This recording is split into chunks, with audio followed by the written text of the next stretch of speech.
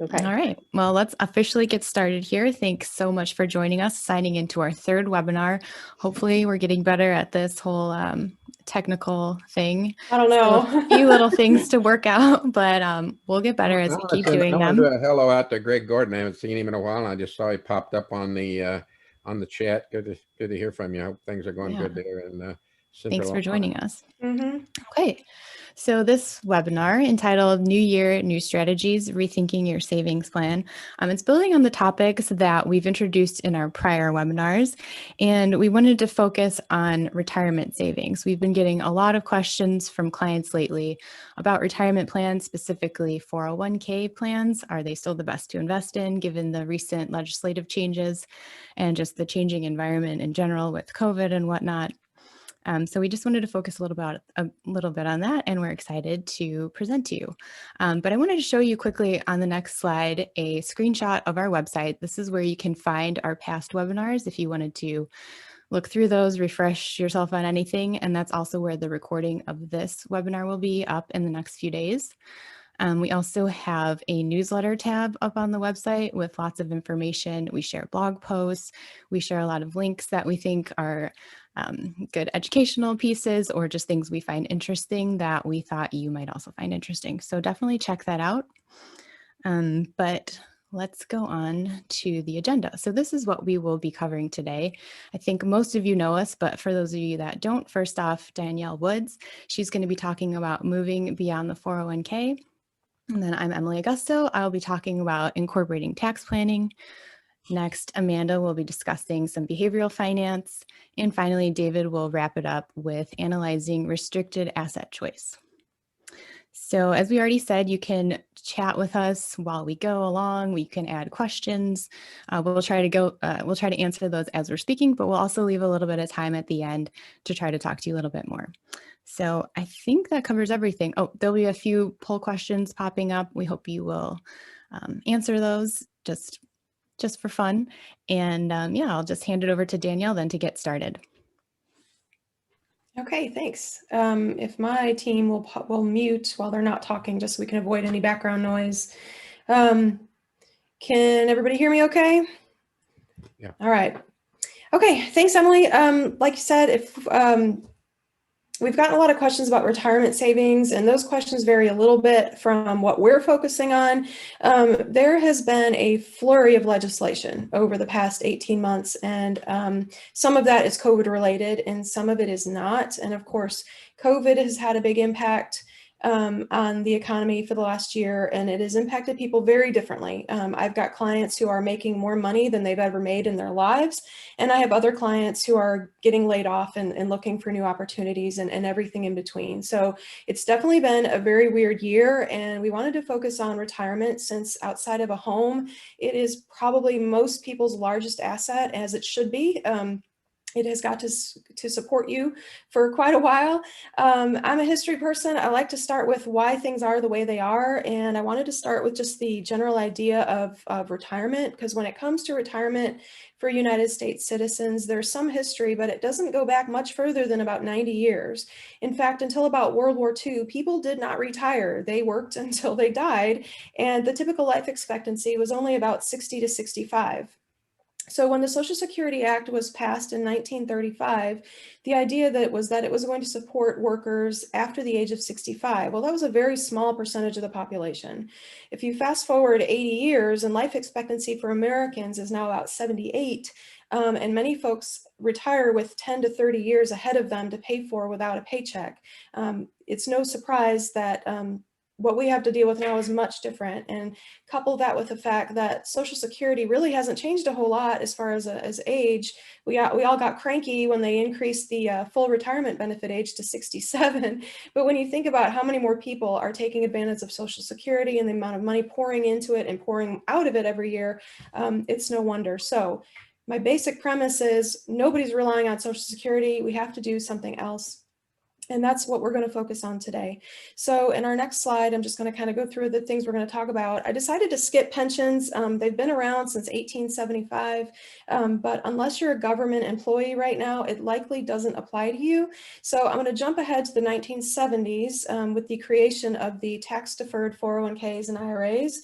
We're going to talk about the Secure Act that came out in December of 2019 and has a big impact, thank you, a big impact on non-spouse beneficiaries and why we hate it so much and why you should know about it. We're going to talk about my favorite thing in the whole world, Roth IRAs.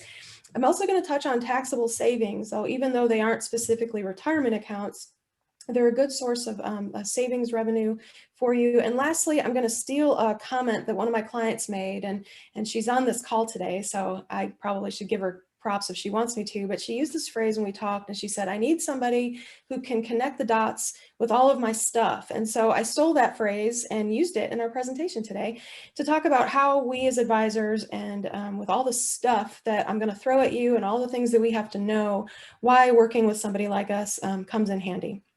So in our first slide there, I'm going to talk about tax-deferred 401ks and IRAs. I'm going to focus a lot on the word tax-deferred. One of my mantras is, and even though we can't hear you, I'm going to ask you to say this thing.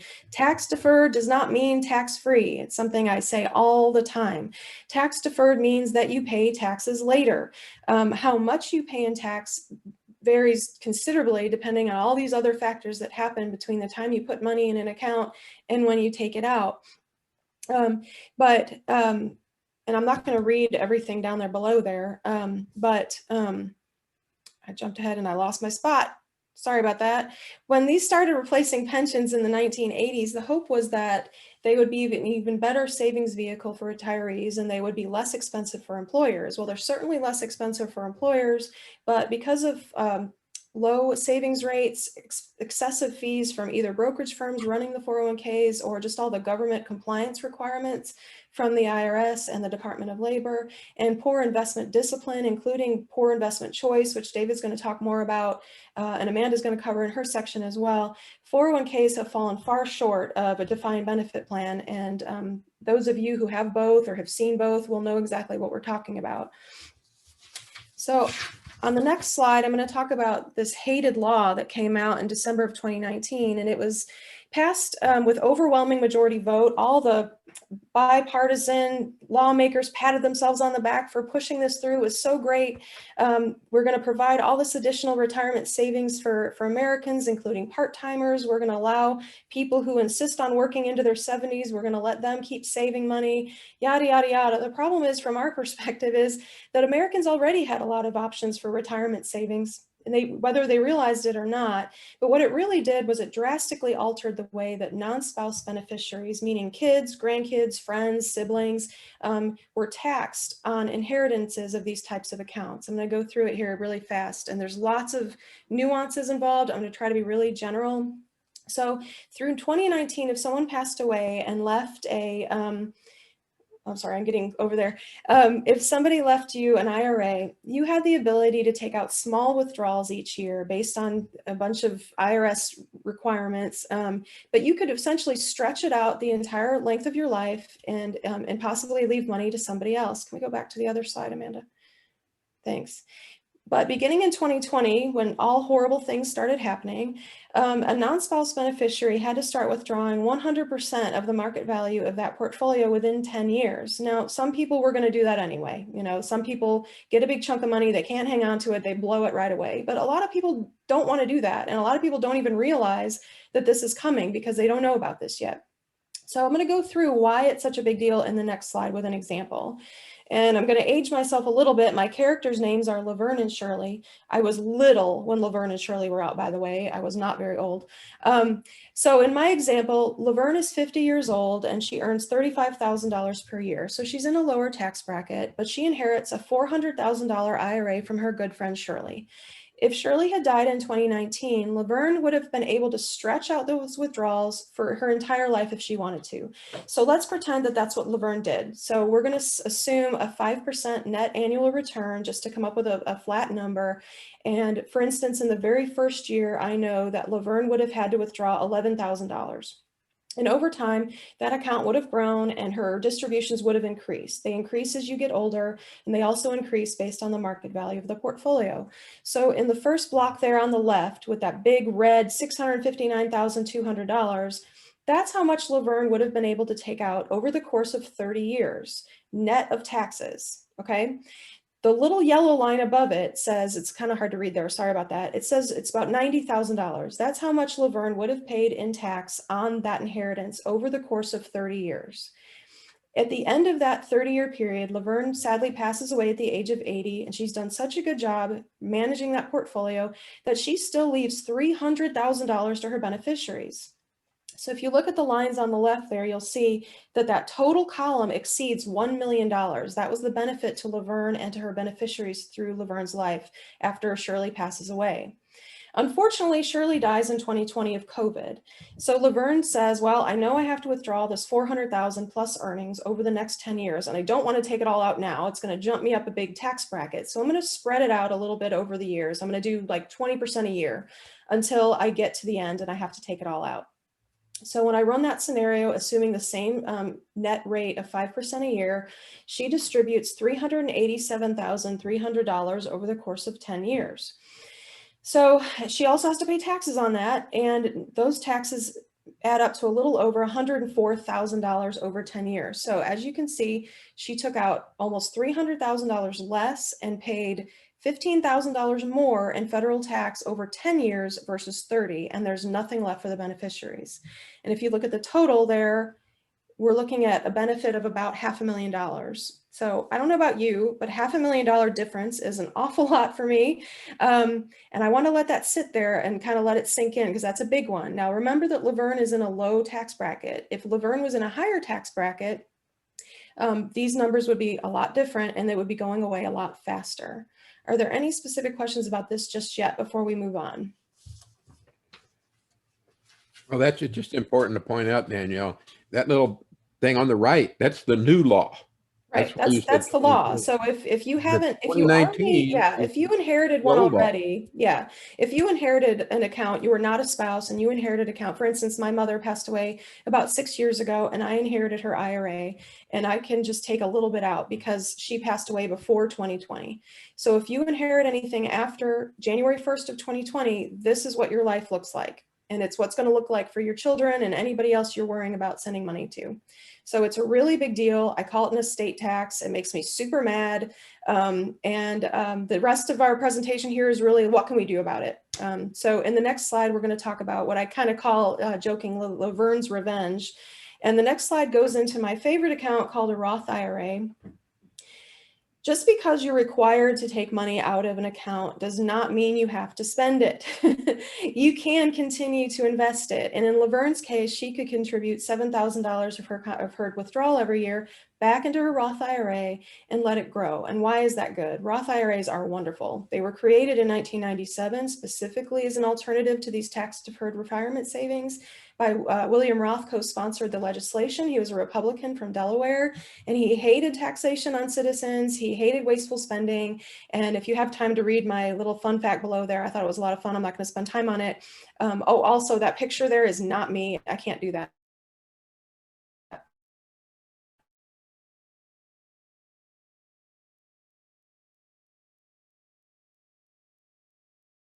It's just because they're so flexible. You can emergency and you need to take some money out. You can take your contribution out without paying any taxes. You can convert existing IRA or pre-tax 401k money to a Roth IRA. You have to pay the taxes on that, but it effectively ends the taxation on the earnings. That's a huge amount of money. So if you put $5,000 in an account this year, say it's your pre-tax account, and it grows to 50,000 years from now, in Emily's example in the next section, she's going to go a lot more into detail about how that's taxed and why it may not be a good thing to put off the taxation.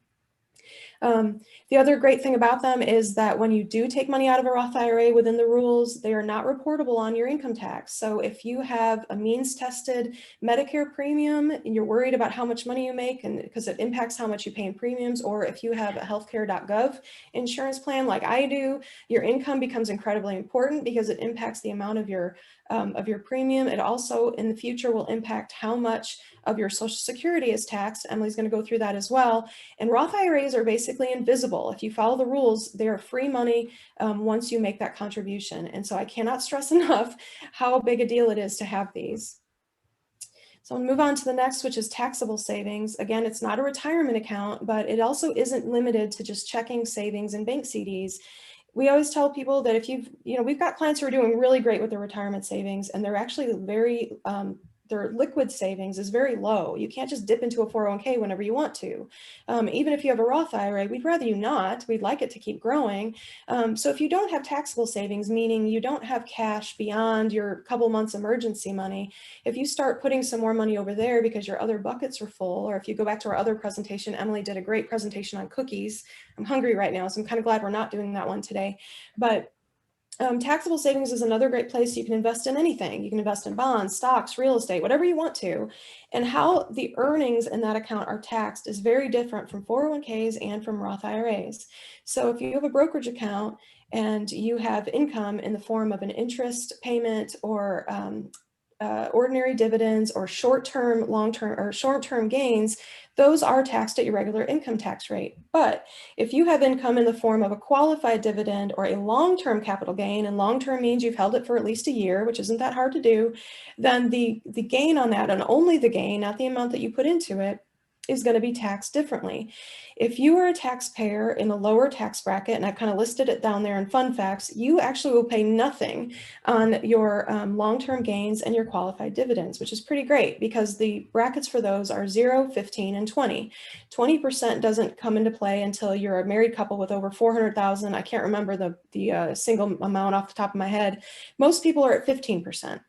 So even if you have to pay 15% on a long-term gain, that's still lower than most people's tax rates at 22, 24, 32, 30, whatever at this point. So it's still cheaper than it would be out of a 401k where you pay real income tax rates on all earnings and all contributions. So in our next bracket, or our next slide, I mean, it's my fork in the road picture, which I'm really proud of. I think it's fun. I threw out a lot of rules, and there are a lot more rules that I didn't go through, and it's really complicated. I have clients start their questions often with, I feel really stupid. This is a stupid question. And I always say, no, it isn't. The system we are in is ridiculous. It is terribly complicated. We have all been jumping this year to try to keep up with everything that's happening. And it's happening at a faster and faster rate. So please don't feel bad. Don't hesitate to ask questions. And the other point is that all of these rules impact everybody very differently. I mean, nobody's the same, and your situation from year to year can change. So it's really important to stay proactive and stay on top of it, which leads me to my next slide, where I'm connecting the dots. We are in business because of this complexity and because there are so many things out there, and there's a lot of misinformation. There's a lot of assumptions. Emily's going to start her presentation with an assumption. And some people just need help with getting disciplined, and Amanda's going to go through that as well. But we obviously are very focused on tax efficiency. It's a big expense for most people. It's something that everybody wants to be aware of. We focus on liquidity and flexibility. We don't want your accounts to be tied up in anything. We want you to be able to get to your money when you need to. We're obviously very proactive. We don't like to just solve problems. We like to get ahead of it and see what makes sense ahead of time and not just try to fix things after the mistake is made. When we're working in tax, I tell all clients it is cheaper and easier to do it right the first time than to fix it. It's very expensive, and we've had some clients run into some situations where it was like coulda, shoulda, woulda, and it's too late. Obviously, we're very accessible. We have these education opportunities. Emily pointed out our website. We've got blogs. We have webinars on there for you to look at. You can call us. You can text us. You can email us. We are always available. And on top of all of that, we manage portfolios. And how we manage that is in-house with research and due diligence. We don't just buy 5 passive funds and say, here you go, you're covered across the market. We spend a lot of time looking to see what makes sense. And 2020 was a stellar year for that. This is my 23rd year. I have never traded this much in my life. The amount of hopping and jumping and getting ahead of and being proactive has been nonstop this year, and we don't see that changing. The economy is doing some crazy things, and we're working really, really hard to stay ahead of that. We are also active portfolio managers. Yes, we buy some passive investments, but we also believe that those can be beat. Passive investment is based on quantitative analysis only. A company is this size, so it goes in this bucket. just because a company is a certain size does not mean it's a good company. So we try to look through that by hiring professional portfolio managers who have a staff who go around and speak to companies and look at their numbers and report that back to us. We listen to a lot of webinars. We read a lot of things. We are always working, and like I said, we've been extremely active this year, and I think it's paid off. And that flies in the face very much with the options available to you in a 401k. David's going to talk a lot about that in his presentation. So unless there's any general questions that I can answer right now, I don't want to get that one question. Let me throw a quick answer out to Greg. He's asking about in Illinois public pensions, or all pensions, including distributions from IRAs and whatever. Danielle's focusing on the federal law here, but in Illinois does not tax that. Right.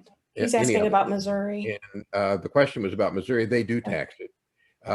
And I don't know off the top of my head the exact particulars of how they tax it, but I do know that the tax bracket most people get into in Missouri is higher than Illinois. A lot of people don't understand that, because Illinois, did the big increase up to 5% a few years ago, but Missouri, it's 6%, and you get to that bracket pretty fast in Missouri. So I had a friend that was considering whether to live in Missouri or in the Metro East. He wanted to be in the St. Louis area, and when he analyzed it, those tax consequences were significant because he had a lot of retirement income. Bad news, Greg. I'm sorry, but I mean, that's what you asked. And some of those state taxes are even some are just as complicated as the federal. Missouri is not an easy state to do taxes in, I'll be honest. We've got a couple of clients there and we're like, oh, we hate Missouri. So if you're just joining us, feel free to jump in on the chat below with questions. The next slide is really just a poll. We're going to do a little poll for everybody. I just was curious because I threw a lot of information in there. What was your biggest takeaway from this presentation? I think Amanda's going to throw up an option of the availability for you to push a button here in a minute. Oh, I can't vote. You want to vote, Danielle? I want to vote. I wanted to vote too. Yeah. It's okay. I'll live. My husband's from Missouri. I'll have to ask him about what he can do about those taxes. All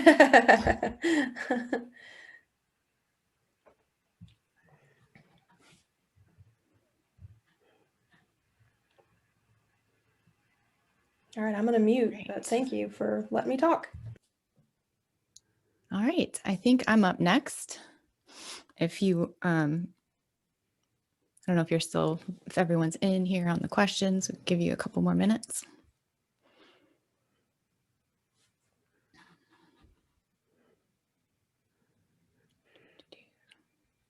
We've got a few more questions. Danielle, your favorite technique is getting 44%. Nice. All right. Yeah, unfortunately, how to do that depends very much on who you are and all your other stuff. So, but yeah, we enjoy figuring it out. So anyway, sorry, Emily's up. That's all right. This is actually really good. Bob just posted a question. Will the potential of tax increases, would it be good to move from a 401k to a Roth? And so maybe, I'm actually going to get into it a little bit more in my case study here. But if we go back one slide, there we go. So I'm going to talk about incorporating tax planning with your retirement accounts. And that assumption that Danielle alluded to earlier is that when we first start talking with clients, the assumption is that pre-tax, these kind of tax deferred savings vehicles like 401ks and traditional IRAs are going to be the best choice, because the assumption is that you'll be in a higher tax bracket while you're working and then a lower tax bracket when you retire. But the reality is, when we are working with clients, we find that, well, obviously, one, tax brackets are not set in stone. They'll continue to fluctuate. We don't know what it's going to look like in the next 20, 30, or 40 years, depending how close you are to retirement. And the second point, probably the most important point, is that your expenses don't stop at retirement. A lot of people retire they still have a mortgage, they still, have to maintain their lifestyle and end up taking out the same amount as what their salary, they're replacing their salary with funds from their retirement accounts. So they're just basically in the same tax bracket. And then the third point is, what if you need to access funds prior to retirement? So Danielle already talked about how the Roth is a little bit more flexible and accessible in that regard. And we'll see this in part of the example in one of my scenarios coming up.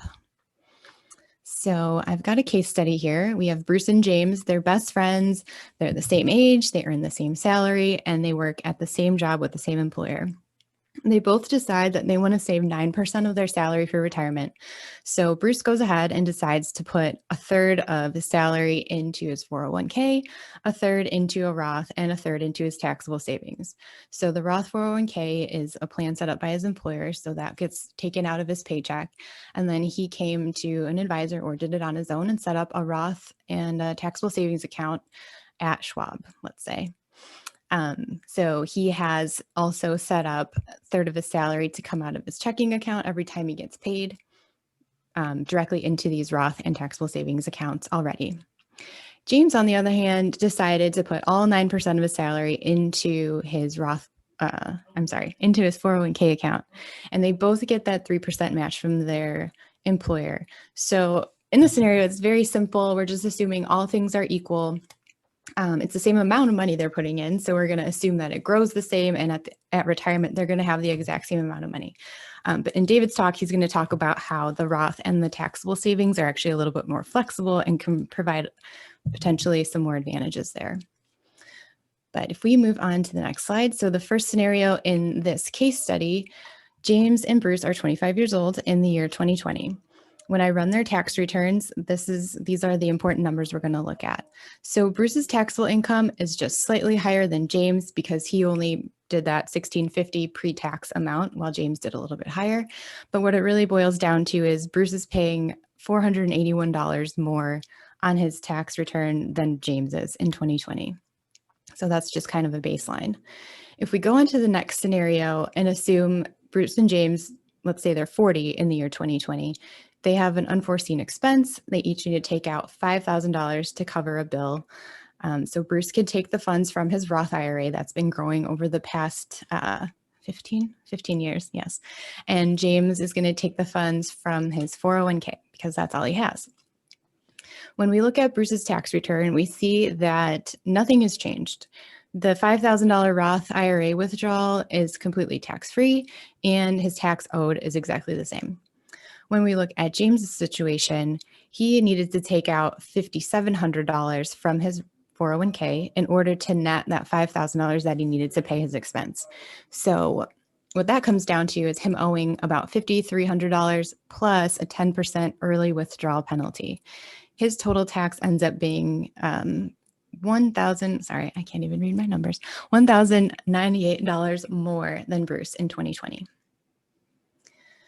The final scenario I want to talk about here is when Bruce and James retire.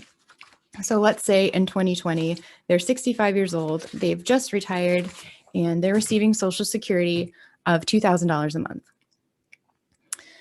In order to replace their income, pay their bills, pay their mortgage, stay on top of everything, maintain their lifestyle that they want, they need to take out about $30,000, or they need about $30,000 take-home pay.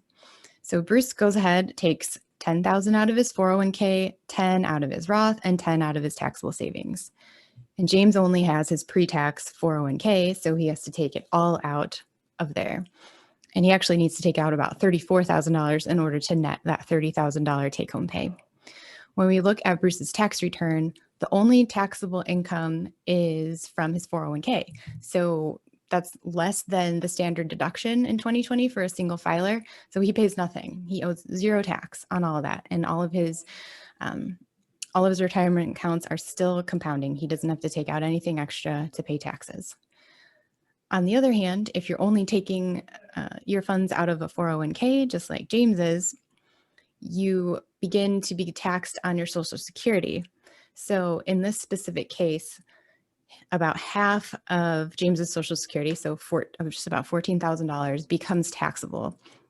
Social Security is means tested, and it's a very low bar to start getting your Social Security income taxed. It's about $25,000 for a single filer, and the entire $34,000 that James took out of his 401k counts as income.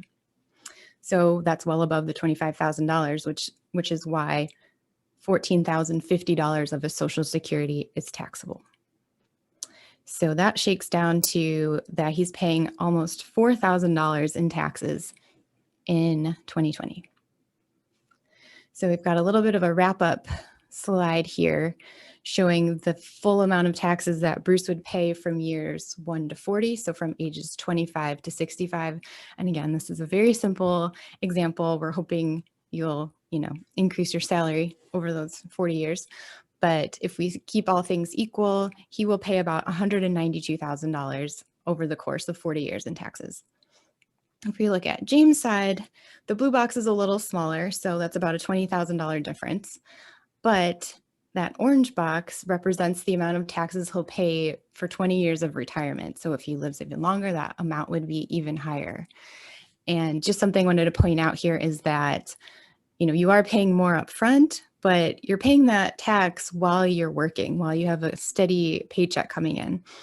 The amount that James would be paying at retirement is coming out of your fixed pile of money and, decreasing that amount, which also decreases the potential for compounding, which I think Amanda's going to talk about a little bit in her presentation. So I guess a callback to my presentation from last time that Danielle already alluded to in the cookie jars. We like having different accounts, different cookie jars to draw your money from that have different taxable qualities to them. And then the last slide I want to leave you with is just a shout out to tax planning. We do it a lot and it's really important.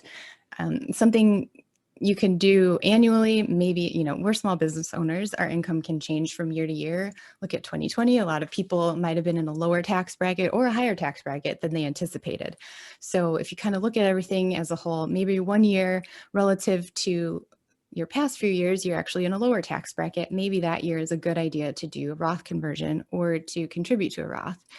Alternatively, if you've been in a low tax bracket and then all of a sudden you're in a high tax bracket, maybe you want to beef up that contribution to your pre-tax savings.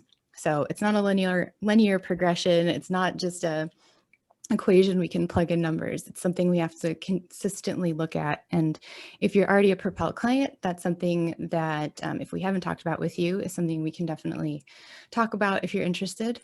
So yeah, I think that's it for my presentation. Bob, I hope that kind of hits a little bit on your question, but it's different for everyone. So here's my poll question Amanda has thrown up for us. And while you're voting, I'll introduce Amanda's topic, or not voting, giving your opinion, I suppose.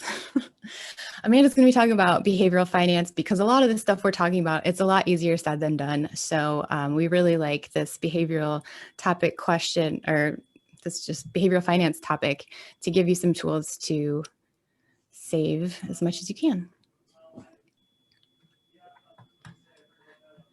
Okay, thanks, Emily. I'll leave the poll up for just a few more seconds. It looks like most people have voted. And then share. So we got most people are going to start thinking about how they can benefit from tax planning. So, and then a good chunk of people are already tax planning on their own. So, or with an advisor. So that's good, right? Okay, I'm going to stop share. Okay.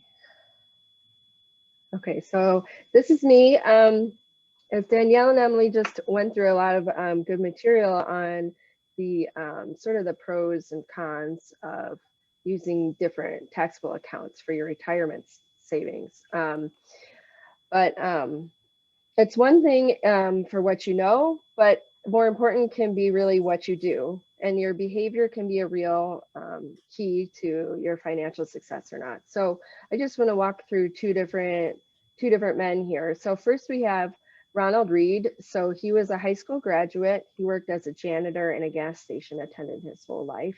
But in 2014, when he passed away, he had $8 million to his name.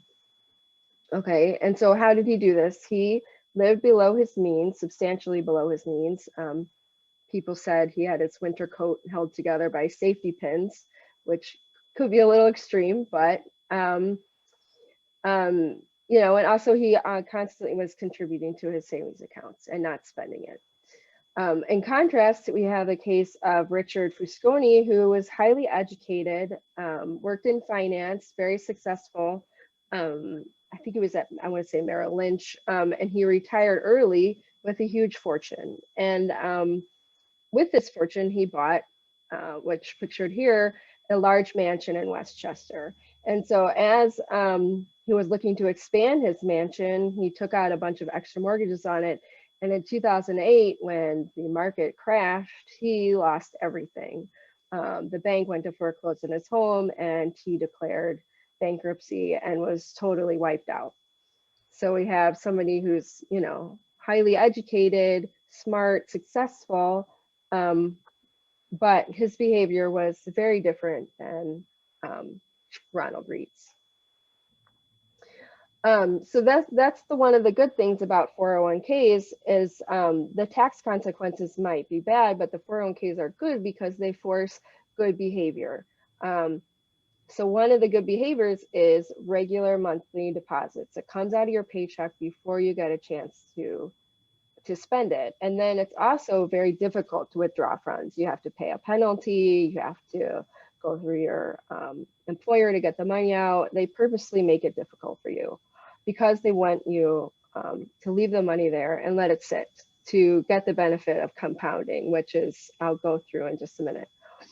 So if you don't use a 401k or use a Roth or taxable savings to supplement your retirement savings, you really want to replicate this behavior with your other savings accounts, okay?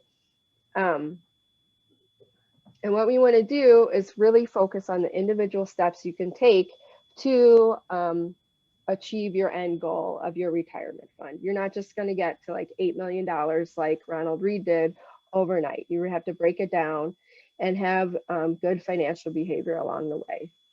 And here, these are some good dogs who have learned good behavior. And they don't just learn good behavior overnight, right? It takes time. It might take, you know, training school. You just got to keep working with them, and eventually you'll get there. Okay, so as I mentioned before on compounding, here's Warren Buffett, who is a famously wealthy man. He's worth $84.5 billion. And so most of that fortune, 96% of it, he got after his 65th birthday. And how does he do this? He does it through, yes, being a very successful investor, but he's using compounding really to its advantage. And on this next slide, you can see here a graph illustrating this compounding. Okay, so this is just a sample. If we did a deposit of $6,000 per year into, say, a Roth account for 40 years, and we assume that you got a 5% return every year, this is going to be your cumulative deposit over time, these purple squares. But your return over time is going to be these triangles, okay? And this is compounding, okay? So after 40 years, you have deposited $240,000, but your total balance is going to be more than $761,000. And so if you run the math, that's a 217% return. So you hear 5% return, but really what you get is 217%. And it's not always intuitive. And I know most people on this call, or maybe nobody on the call, has 40 years to put in $6,000 every year. But, you know, I just want to see here, you can see here at this $100,000 mark, that's where you can really start to see this compounding and this parabolic shape sort of take form here. So even, oh, go ahead. I was gonna add in there that the people who have 40 years are young; they're in their 20s, and we know they're little accounts, and we get that, but we take them because we are so happy to have young people starting young, that we want to help them out and keep it going. And oftentimes those kids come to us from their parents. Sometimes it's the other way around. But if you've got kids who are working, if they're 18, 19 years old, make them start a Roth IRA, start doing something with them. We don't have minimums for that reason, because as much as we like getting large accounts, it's a lot more satisfying to get somebody from the bottom and help them move up. And we've got people who started a Roth IRA 20 years ago and have money because of it. And it's something that we really enjoy doing. Yeah, that's a great point, Danielle. But it's also important to note that it's never too late to start. So if you're behind, that's almost everybody is behind. You just got to do it. Okay.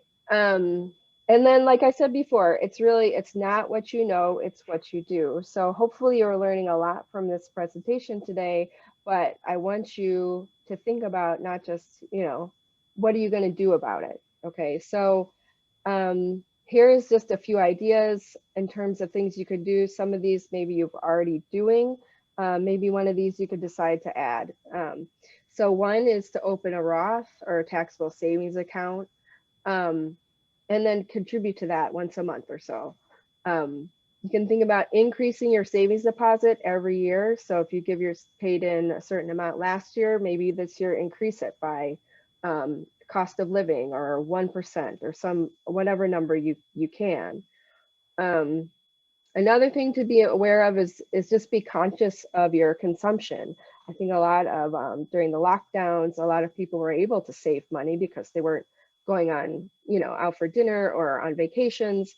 And so now as things start to open up again, hopefully soon, it's important to, I think, go out there and support small businesses and patronize restaurants and that type of thing, but also just be aware, that, $100 on some new shoes, if you save that money, it's not just $100, it's $217 if you consider the compounding effect. Just to be aware of that. We've also seen people who let extra cash build up in their account. And I think hopefully after you saw the compounding chart, you realize that if the cash is sitting there, you're not getting the benefit of compounding from it. You can also just look at your budget again, see where you can cut maybe.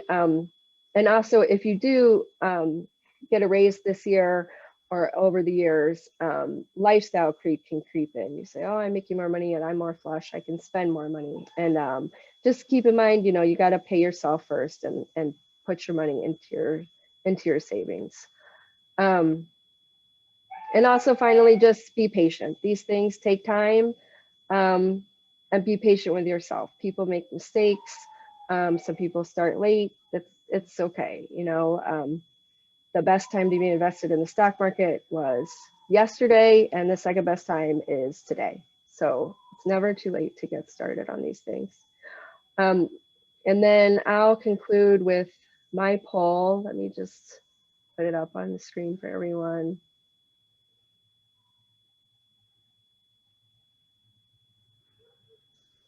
Just leave it open if you increase the amount that you save every year. I know with a 401k, a lot of times they'll give you an option to change your withholding every year. But if you're doing a Roth or a taxable, you have to, manually decide to do that. Okay, I'm gonna end this. Share. Okay, so most people don't do an increase. And then I just put here, if you recall the chart I had earlier, if you increase that $6,000 by 1% every year, your final balance would go up by more than $100,000. That's a 15% increase you would have given yourself, which, I mean, this is a, pretty healthy retirement fund. So next, I'm gonna pass it on to David, who's gonna go over different types of investments you can use in these accounts. Thanks, everyone. Thanks, Amanda. We think this all fits together. I mean, we're an investment management firm, we're investment advisors. But we think this comprehensive approach of tax planning, tax efficiency, being very careful about these behavioral changes and practices, they all fit together with doing a good job on the investments as well. So we try to work on all those in a comprehensive way. We're concerned that one of the investment limitations of 401ks is that the asset choice is restricted. And there's a general principle in, people that get finance degrees and academics to say that when you increase your opportunity set, you go out broader, take advantage of a broader set of opportunities, then you create more opportunities for diversification and better returns, both. Unfortunately, 401ks do the opposite. They narrow down your large available investment universe into a few choices.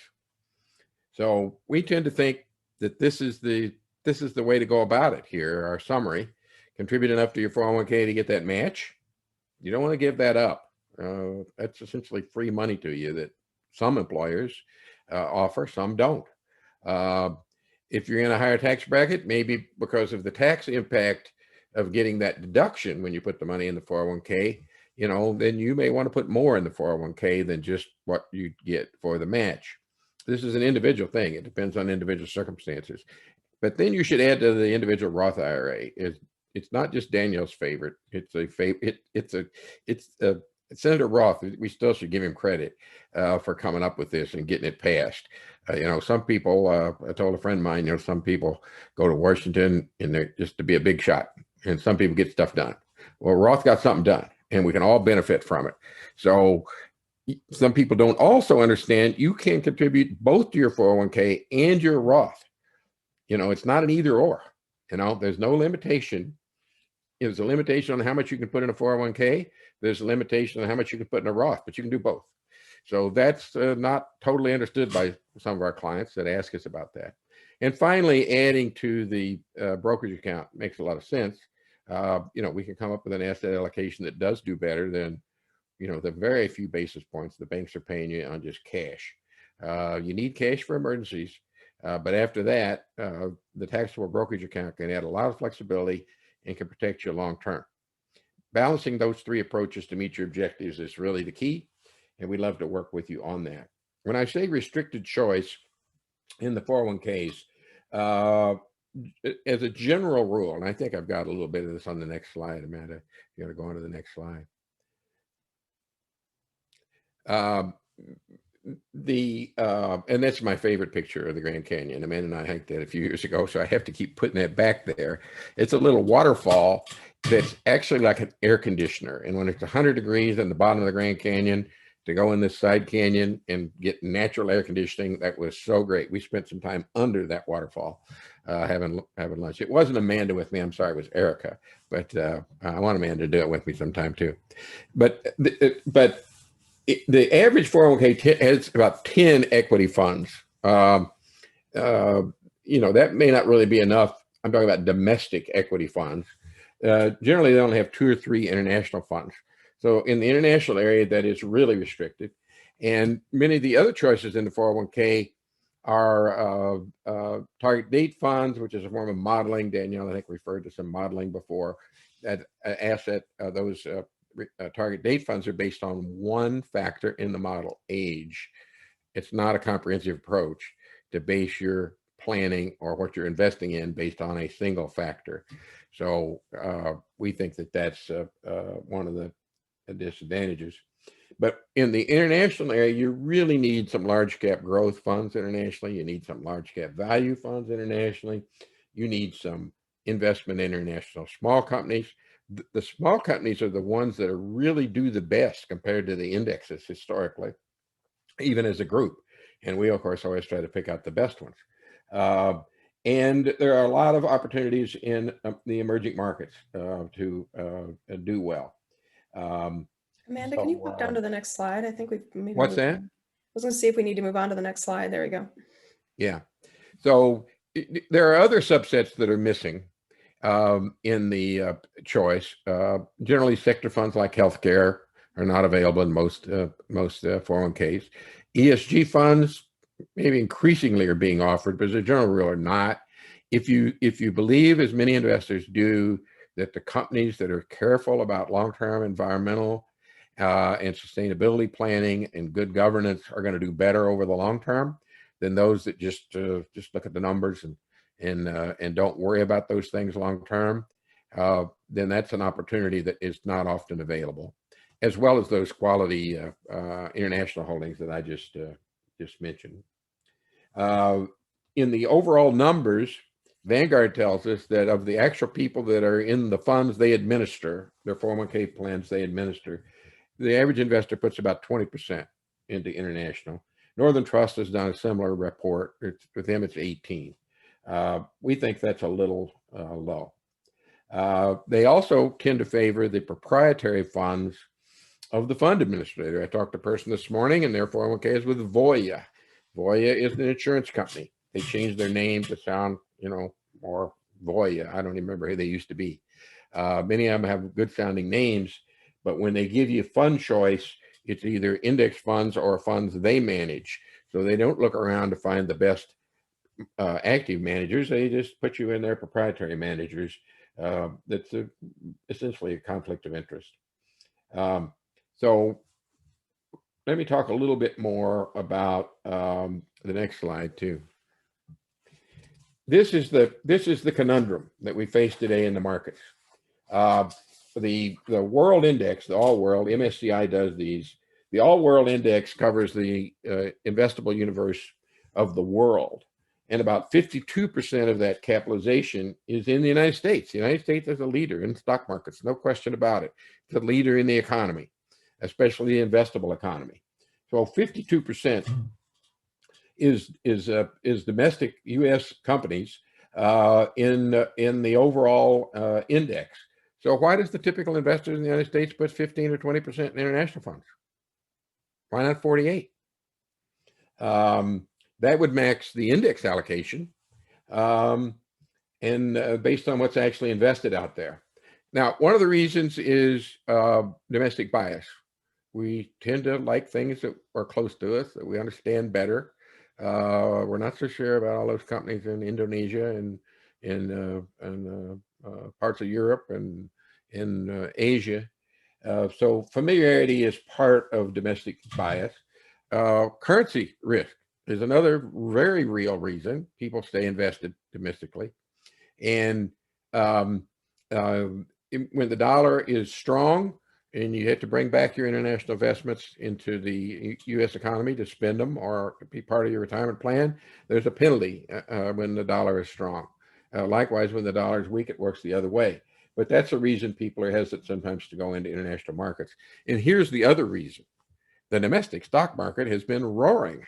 It's actually been pretty significantly outperforming the international market. These are index returns that we put on this chart for 1 year, for 3 years, for 5 years, for 10 years. The international is that red line. It's not been doing too good. You can go back. We didn't go back into further history. You can find periods where the opposite is true, usually when the dollar is weak, or when the international economy is making jumps that weren't there. We actually think that's not a persistent thing, and it's going to change. We've been hearing that from many people in the investment world. Equity valuations can be cyclical, and so can dollar strength. So they don't always continue that way.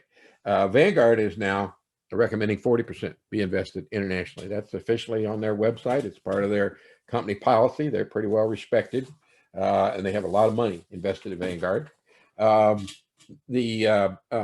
Russell, the company that does the Russell 3000, Russell 2000 indexes, they say it this way. Non-U.S. equities, this is on their website for their 2021 outlook. Non-U.S. equities to outperform given their more cyclical nature and relative valuation advantage over U.S. stocks. So the U.S. dollar has already started to come down late in 2020. As this slide says, international company valuations are quite a bit below U.S. valuations by any comparable benchmarks. So why is it going to go back the other way, we believe? Timing is really hard. This is one of the hardest things to do in the investment world, is to get the timing right. We don't like to talk about timing a lot because we like to stay pretty well tried and true and stay consistent with diversification. But we think now there are some reasons that the international market is going to do better. And some of that is just catch up. You know, if you've been lagging for a while, but your economy is starting to take off, that's one of the reasons. And I think on the next slide, I've indicated a few more. The European stimulus deal has finally kind of got its act together. They got 20 plus countries over there. They don't act as quickly as our Federal Reserve because they're all still a little bit disjointed, but that's started to change. The Brexit controversy which was a big cloud over the future of Europe and international trade, has now been settled. There's a lot of pioneering of different kinds of technology in these other countries, especially green technology, even though the U.S. has been a leader in technology. There's a new trade deal. Guess who's not in it? The United States is not in the new trade deal with China. Europe is. While we had a political dispute going over a lot of tech issues and other trade issues with China, the Europeans made a free trade deal with China. That's going to help their exports and help their economies. And also, emerging market economies are growing now, and China is starting to do this too. Danielle sent an article out this morning on this very point. These economies are growing not by just going into the export market and using cheaper labor to compete in the export market. They're growing by selling to their own increasing middle classes that have developed as their economies have developed, rather than relying on exports. That creates a sort of compounding in the economy that's getting stronger. So we are recommending that our clients increase their allocations. We think they need to get up over 30% now. Many of them have been in the 20s, some have been less than that. We don't do that with a cookie cutter. We don't do that just as a model. We do that in consultation with clients, but we think it's really important. And we think those sectors are important that I already mentioned. The emerging market has two new subsectors that wasn't around a few years ago. Emerging market funds used to always be based just on the domicile of the company. So if the company was headquartered, and I've got this on the slide down there in the two parts of emerging markets, if the company was headquartered in Indonesia, then that's where it went. That's where it was considered in the mutual fund as an emerging market investment. But increasingly, companies in the United States, in Europe, that are focusing their investment, they're domiciled in the United States or they're domiciled in Europe, but they're focusing their investment into the growth in the emerging markets. And there's a whole different subclass of mutual funds that do that and that specialize in that. They're not worried about the domicile. They're saying that's kind of a legal technicality. The real key is where are they making investments and where are they making money? So being able to use all these different subsectors in the international economy is important. And most of the 401ks don't do that. So we'd love to help you do that in taxable accounts, in rollover accounts, in Roth IRAs, because even while you're investing in the limited choices in 401ks, you can balance that out with these other things. Just as you can balance out the tax characteristics that Danielle and Emily have talked about, you can balance out your investment allocations using your other monies in Roth and taxable savings. So this is where we are. I do want to mention a new thing that some people have not heard about yet. Fidelity is actually doing a new thing in 401ks. Not all the funds do it. It's called the Fidelity Brokerage Link. And so instead of taking on the limited choice in your 401k administrator, if your 401k is custodied at Fidelity, you can actually choose the Fidelity Brokerage Link and choose any, either with an advisor or without an advisor, choose from this broader array of choices, not the limited choice. It's a pretty good step forward by Fidelity. I don't think Schwab's done anything like that yet. I hope they do. And it's dependent on your administrator authorizing that by having your 401k custody at Fidelity. But those that do have it at Fidelity, that's a new option as well within your 401k. I think we've got a question and a poll, and we're pretty well to the end of our time where we've gone a little bit over. But while you're answering the poll, we got a couple of things we want to mention after the poll, and then we'll be happy to answer any questions now or later by email or phone or whatever suits you. I wanted to jump in real quick. If you follow us on Facebook or Twitter or wherever else Amanda posts it, Amanda does this great weekly post where she picks out 5 headlines. And I had a conversation with a client yesterday who was just sick of all the noise, all the politics and the drama, and it was scaring her. And she just didn't like, she's like, do I just pull out? Like, I'm freaking out. And so we were on the phone for a long time. We covered a lot of things. And, I said, a lot of those headlines are noise. A lot of it's drama. Personally, I hate it too. I have to listen to some of it for my job, but I've changed my my homepage on my web browser to go to the National Park Service, so I don't have to see all the junk on the Microsoft's homepage. And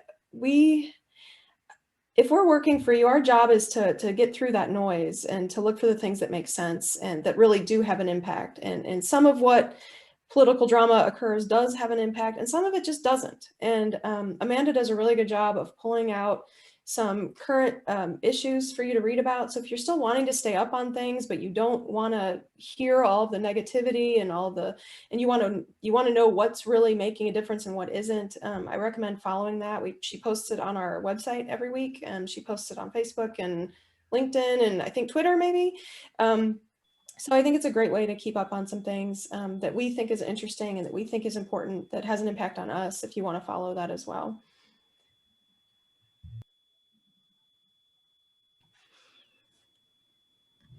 Here we go. Pretty interesting results there. Diversification is important, and that's what people are saying, 47%. And some international investing, maybe not as much as we think you should do, but every little bit helps. Okay, I think we've got a couple final slides, Amanda, if you want to go on to those. I think this is a pretty good summary. I don't want to read all these words to you, but this is about that comprehensive approach I was we're mentioning. That's kind of the theme today. All these things help to get better results for you. Do we have another slide, Amanda, or is that one pretty well in? Oh, we got this great picture in black and white. The last time I think we were all together. Ourselves a little bit there, so. But we think we are different in many ways, and we've done that on purpose. Danielle and I have seen some good ways to do this and some bad ways to do this in our common experience. So is Emily, so is Amanda, and we really like working together and coming up with better ways to do it. And I would just like to pat us on the back for staying like pretty much within an hour. That's a miracle. If anybody has any questions or they want to turn their mic on and talk, or if you have anything you want to talk to us about individually, just let us know. We can stay on for a few minutes. Oh, there's one of our favorite questions. William is very good at good questions. Yeah. He has a background in finance. We are, Danielle. Are you going to answer that? You want me to answer it? I mean, I think I talked to him about it already, so you go ahead and you can go ahead. Well, we are. The answer to that is we are. If it'd be nice to be in good, safe treasury bonds and get 3, 4, 5% like we used to. But now in real safe treasury bonds, this was a question we asked somebody to repeat it. He's saying because of the real low interest rates now in the bond market, are you moving away from bonds? And we are. Jeremy Siegel did a great article on it. It used to be considered. He's the professor that called the dot-com bubble before it happened in the Wall Street Journal, a Wharton School academic guy. He said the 60-40 portfolio used to be considered standard for kind of long-term, middle of the road, 60% stocks, 40% bonds. He's recommended that people change to as a standard 75-25. We think it very much depends on the individuals. Danielle likes to look at how much money you need in the next 5 years. That should be your bonds. Otherwise, you should be more aggressive. It also depends on risk tolerance. We do use a broader set now of bonds, some junk bonds, some international bonds. We started looking closely at emerging market bonds and TIPS, inflation protected bonds, as a way to get other benefits from bonds that are in many cases a little higher interest rates, but also some diversification. But more importantly, we're wanting to use alternative investments like infrastructure, which are a little bit like bonds. They're long-term, they have steadier cash flows. They often don't return as much money as stocks, but more than bonds. When you explain what infrastructure is, like that. Go ahead, Danielle. Go ahead and explain what infrastructure is. Well, infrastructure is investments in the United States uses the federal government mostly and state borrowed money to do infrastructure. Most of the rest of the world doesn't do that. They use private companies to build infrastructure, and it's privately financed, and then they own it and operate it. The Chicago Skyway was sold to an infrastructure company, so an infrastructure company could manage it, maintain it, raise tolls from time to time. So there are some examples in this country. There are even more examples internationally. But we found a group of guys from Australia who manage infrastructure funds in listed securities that we're using for that as an alternative. Dividend paying stocks are hard to beat too. You know, when you could buy dividend paying stocks and in a mutual fund and get over 2% dividend payout out of there, that's a lot more than what you get in the bond market. A little more risk, but it's another way to get cash flow. What am I leaving out, Danielle? Did I leave out any? Well, I think what I've kind of described, when we talked about it internally, we were trying to come up with like how would we describe it? Because when you look at your portfolio and your reports from us, it's still going to show those alternative assets as equities. And they are equities. But as you know, large cap growth like tech companies looks very different from Johnson & Johnson. And it always has, but it's becoming so different. We're almost thinking about value stocks, meaning companies that aren't doing anything terribly exciting, but they have a good solid market. They cover a good solid part of the market. They're paying dividends to their investors. They're not really going anywhere. They're doing fine, and they're slow and steady. We're thinking of those as income producing assets. So infrastructure, REITs, value stocks. Other things that we would normally have put very much in the equity portion of a portfolio, we just can't think of it that way anymore. We have to look for other things because there's no money in bonds. So if bonds can't even keep up with inflation, we have to get a little bit more creative. And 2020 was a huge year for that. It made it very clear. And like I said, we worked a lot this year to figure out where can we put that money. And we had a question from a client just a couple of weeks ago, and they said, well, if the US stock market is up so high and we want to take gains, where do you go? And that's the point. The point is that normally over time, as a client ages, we would slowly add more and more to bonds. Traditionally, that's what everybody does. And we just can't do it that way anymore, because why would you take all that money that you made and put it somewhere where it's going to do nothing? We still hold bonds, just not as much as we used to. In 2019, we were slowly moving more money into bonds because we had a 10-year bear market. We thought we were getting ready to go into a down cycle. Manufacturing was slowing down, and it made sense to move our clients who were 10 years older to take some of their money and move it more to bonds. And then 2020 happened, and the normal or the usual or the tools that you used to rely on don't work anymore. You have to start doing other things. So if those of you who are clients have probably seen that we have been trading like mad this year. Like I said earlier, we don't normally trade this way. And it's because we have to, because even the securities that we have been going into, we've switched back into more growth right after we switched into more value when the market changed. And growth, if we hadn't done that, the rebound that came from April on, we wouldn't have gotten it, and you wouldn't have gotten it. Well, what do we do now when we want to start moving some things around after a particular segment has gone a whole lot? We want to take some gains out of there. Where do we want to move it to? Do we want it to move it to bonds? Well, if you're 50 years old and you're not retiring for 15 years, then no, I don't really want to put that in bonds. So the way we're investing is very different. You're welcome, Kurt. There's one other thing I'll say for bonds, and we haven't forgotten this. The old bond firms used to say this: with bonds, you're buying them to get return of principal, to get your money back at maturity, not return on principal. So that's still important. That safety aspect is important.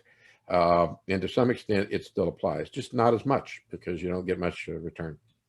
William asked another good question. He said, is the Fed's strategy of printing money until the world runs out of trees impacting how you look at US market valuations? Do you want to answer that, David? Well, that's a loaded, controversial question. I think we're going to hear that debated in the Federal Reserve and in the Treasury Department for some time. We have a very strong dollar. The Fed printing money in 2008, 2009 in a huge way in response to that financial crisis led many economists and other people to believe we would have rampant inflation.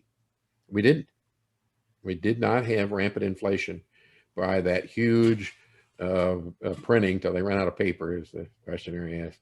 And so now there's a little more willingness to use the power of the Fed. This drives the gold people crazy, but our economy and our money system is not based on gold anymore. It's really what's on the other side of the balance sheet is the strength of the economy. And as long as the economy is strong and is moving toward full employment and there's no inflation, the ability of the Fed to issue more money is being recognized as being greater. So still going to be a lot of debate on this. So I'm not trying to speak like this is written in stone, but I think it's a very interesting question. $1 trillion coin. That's what we need. But they do print coins. You know, I mean, they do make coins. You know, that's one of the ways the government has always created money supply was by coins and printing dollars. Now the Fed tends to do it through banks and through, you know, accounting entries. You know, so that's it's the economy has just changed. Okay. Anything else before we let y'all go? We were supposed to do an exit question, weren't we? Like a kind of recap feedback. We forgot to do that. I guess we'll have to send something out. There's a survey that will pop up when it closes. Oh, okay. All right. Well, thanks everybody.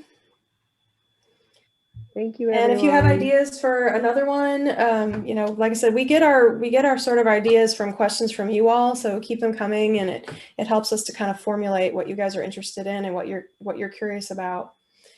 So yeah, thanks everybody for coming. Thank you. Bye.